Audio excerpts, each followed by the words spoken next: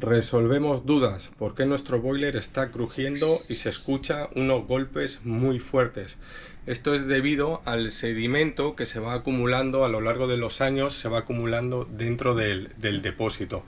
Va haciendo una capa muy gruesa, la cual a la hora de calentar, la forma de liberar energía de ese material que hay en el interior va a hacer expulsándolo en forma de un golpeteo o un crujido.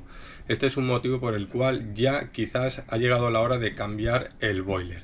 Una cosa que podemos hacer para evitarlo es hacer un mantenimiento cada año, mínimo cada año. Esta es la manera que podemos alargar la vida del boiler. Este sedimento lo que hace es que luego cueste más de calentar el agua y estemos gastando más gas.